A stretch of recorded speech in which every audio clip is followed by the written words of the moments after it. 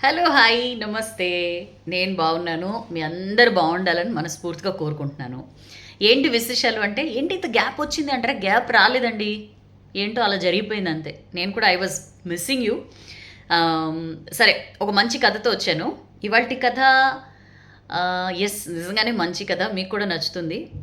జనరల్‌గా మనలో చాలామంది మర్చిపోయిన ఒక ఇష్యూని ఈ కథ గుర్తు చేస్తుంది. అనగనగా ఒక ఊళ్ళో ఒక ఒక ఒక షాప్, మామూలు ఒక కాంప్లెక్స్‌లో అవి ఉంటాయి గదా! స్కూలు, షాపులు ఇవన్నీ ఉంటాయి కదా! ఆ షాప్‌లో అన్ని పప్పీస్, చిన్న చిన్న కుక్క పిల్లల్ని అమ్మే షాప్ అనమాట. అయితే ఆ స్కూల్‌లో చదువుకునే ఒక బాబు ఒకరోజు ఆ షాప్ దగ్గరికెళ్ళి ఆహ్, "అంకుల్, అంకుల్, నా దగ్గర రూ. 100 ఉన్నాయి.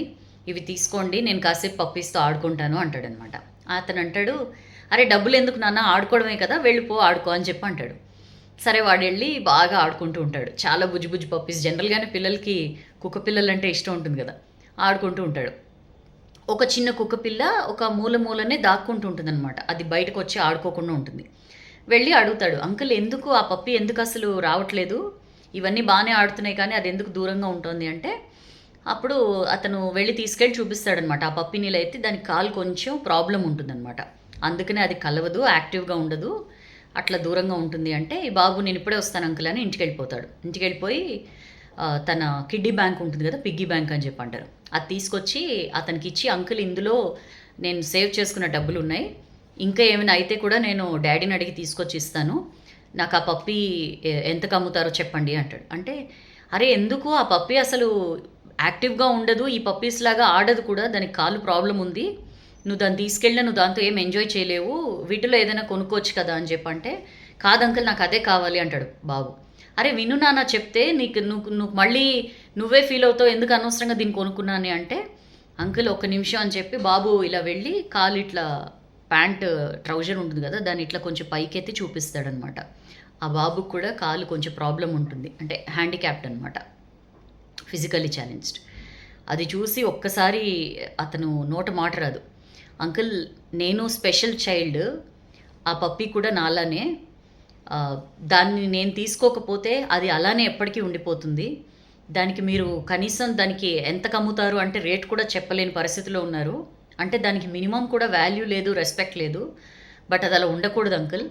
అలాంటి వాళ్ళకి కూడా రెస్పెక్ట్ ఇవ్వాలి.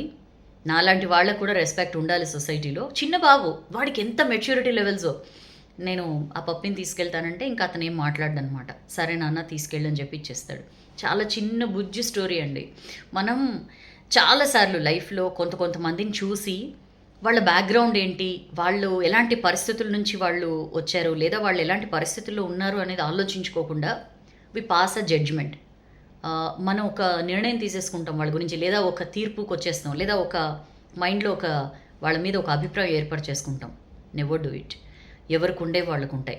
రెస్పెక్ట్ అనేది చాలా ఇంపార్టెంట్. ఇర్రెస్పెక్టివ్ ఆఫ్ వాళ్ళ పొజిషన్ ఏంటి, వాళ్ళ స్టేచర్ ఏంటి, వేటితో సంబంధం లేకుండా ఫెలో హ్యూమన్ బీయింగ్‌ని గౌరవించడం నేర్చుకోండి.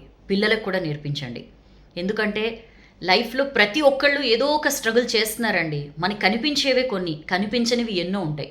సో, వాళ్ళ పరిస్థితులేంటి, వాళ్ళ సంఘర్షణలేంటి, వాళ్ళ పోరాటాలేంటి, వాళ్ళ వాళ్ళ బ్యాక్‌గ్రౌండ్ ఏంటి అనేది తెలియకుండా who are we to pass a judgement?